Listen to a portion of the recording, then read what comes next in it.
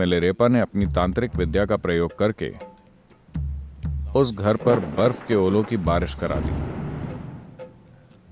लगभग 80 से 85 लोगों की मौत हो गई।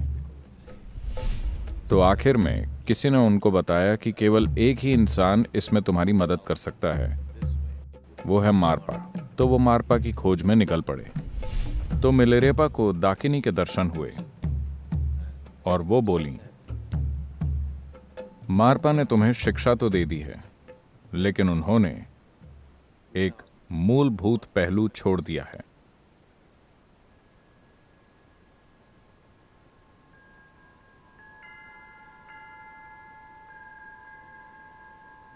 तिब्बत कई चीजों का मिश्रण है, एक संस्कृति, एक आध्यात्मिक प्रक्रिया के रूप में। यहां इस संस्कृति की कुछ महान शख्सियतें आध्यात्मिक प्रक्रिया और तंत्र मंत्र का एक मिश्रण रही हैं। मेरे ख्याल से तिब्बती संस्कृति में मिलेरेपा का एक अलग स्थान है। मिलेरेपा ने कम उम्र में ही अपने पिता को खो दिया। उनके पिता के पास अच्छी खासी जायदाद और मकान थे, मगर उनके मरने के बाद मिलेरेपा के चाचा ने उस जायदाद पर कब्जा कर लिया और उनकी युवा माँ, छोटी बहन और उनके साथ नौकरों की तरह बर्ताव करने लगा। वो तरह तरह से उन्हें अपमानित और प्रताड़ित करता था और उसने सारी जायदाद हड़प ली। इसलिए मिलेरेपा अपने अंदर गुस्से और बदले की भावना लेकर बड़े हुए। जब वो किशोर अवस्था में पहुंचे तो अपने परिवार को छोड़कर चले गए। वो अपनी छोटी बहन और मां को छोड़कर चले गए और अपने चाचा चाची से बदला लेने की सोचने लगे, जिन्होंने उनके परिवार के साथ भीषण अत्याचार और बुरा व्यवहार किया था। तो वो तंत्र विद्या सीखने चले गए और उन्होंने कुछ तांत्रिक प्रक्रियाओं में महारत हासिल कर ली।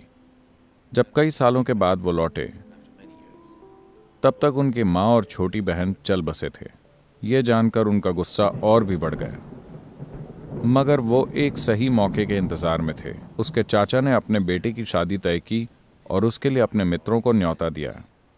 शादी के दिन मिलेरेपा ने अपनी तांत्रिक विद्या का प्रयोग करके उस घर पर बर्फ के ओलों की बारिश करा दी। कहते हैं कि उसके चाचा चाची के साथ लगभग 80 से 85 लोगों की मौत हो गई। पूरी जगह ओलों के ढेर के नीचे दब गई।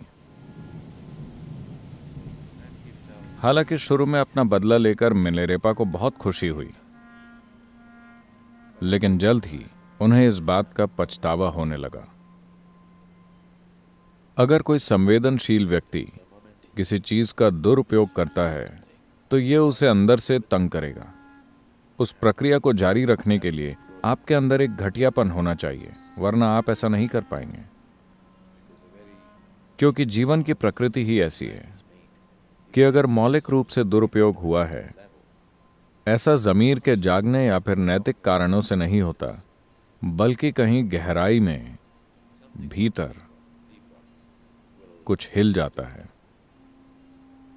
तो इसी तरह ये करने के बाद से मिलेरेपा के भीतर कहीं गहराई में कुछ अशांत हो गया। तो उन्होंने तय किया कि उन्हें खुद को इस सब से मुक्त करना होगा। उन्होंने सोचा कि उन्होंने जीवन का दुरुपयोग किया है, बहुत बुनियादी तरीके से।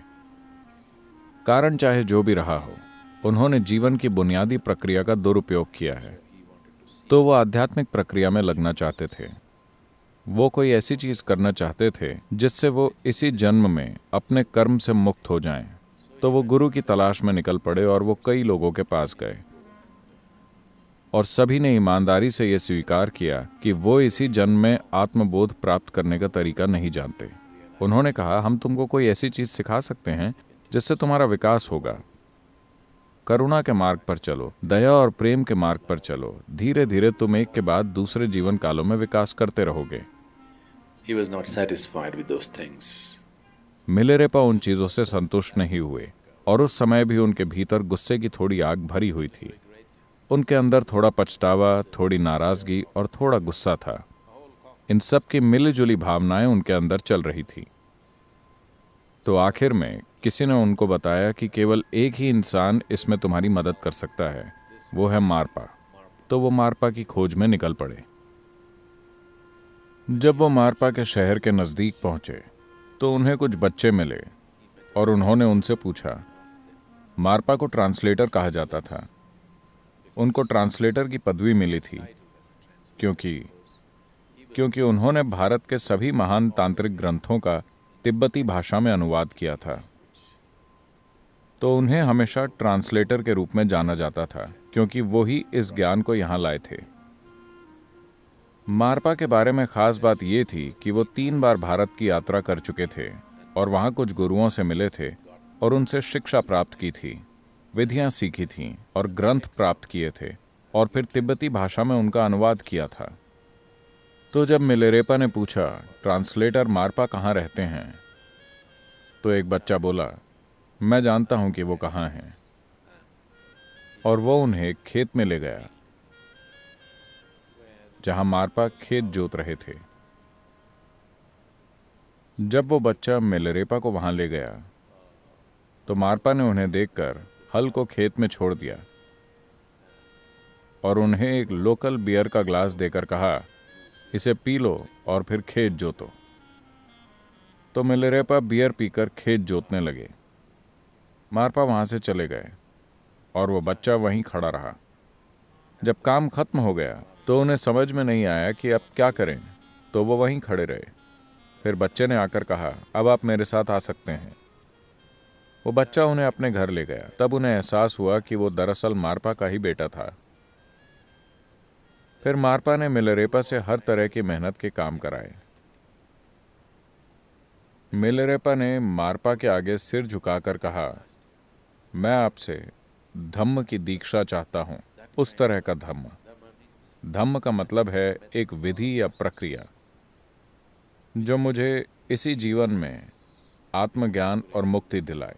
मैं अगले जन्म में नहीं जाना चाहता, और कृपया मुझे भोजन और रहने की जगह देने की भी कृपा कीजिए। तो मारपा ने कहा, तुम तय करो, अगर तुम चाहो तो मैं तुम्हें भोजन और रहने की जगह दे सकता हूँ। धम्म कहीं और ढूंढो, धम्म के लिए कहीं और जाओ, या फिर मैं तुमको धम्म दे सकता हूं, तुम रहने खाने का इंतजाम कहीं और करो। यही 2 विकल्प है।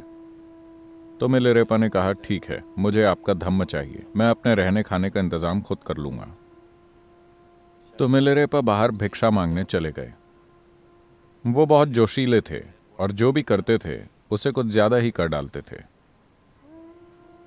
तो वो भिक्षा मांगने काफी दूर तक निकल गए और गेहूं के कई बोरे इकट्ठा कर लाए। उन्होंने साल भर का गेहूं जमा कर लिया ताकि वो आराम से बैठकर धम्म सीख सकें। तो उन्होंने बहुत सारा जमा कर लिया और थोड़ा सा बेचकर तांबे का एक बर्तन खरीदा, 4 हैंडल वाला, जो तिब्बत का एक पारंपरिक बर्तन है अपना खाना बनाने के लिए। फिर इस भारी बोझ को लेकर, बहुत भारी बोझ को उठाकर उन्होंने लंबी दूरी तय की। वो मारपा के घर वापस पहुंचे और बोरे को नीचे पटक दिया, धड़ाम से। मारपा उस समय खाना खा रहे थे। वो खाने के बीच से उठकर बाहर आए और बोले, ऐसा लगता है कि तुम बहुत गुस्से में हो।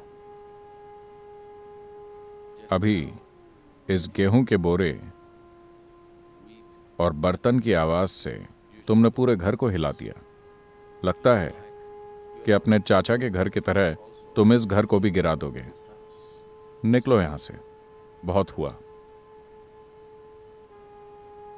तब मिलेरेपा गिड़गिड़ाए, आपके कहे अनुसार मैं अपना खाना ले आया, ये बहुत भारी था तो मैंने गिरा दिया। तो मारपा ने कहा, मैं कुछ नहीं सुनूंगा, जाओ तुम, क्योंकि तुमने बोरे को ठीक से नहीं रखा, तुमने उसे नीचे पटक दिया, तुम लायक नहीं हो। तो तुम बाहर रहो, सारे काम करो, मेरा खेत जोतो, मेरे घर की सफाई करो। वो सालों तक ये काम करते रहे। बीच बीच में दूसरे लोग मारपा से सीखने आए और उन्हें कई चीजों की दीक्षा दी गई, मगर मिलेरेपा को एक भी दीक्षा नहीं मिली, एक भी शिक्षा नहीं मिली। वो बस कड़ी मेहनत करते रहे। More than 8 years he worked without a single teaching or initiation. 8 साल से ज्यादा उन्होंने काम किया बिना किसी शिक्षा या दीक्षा के।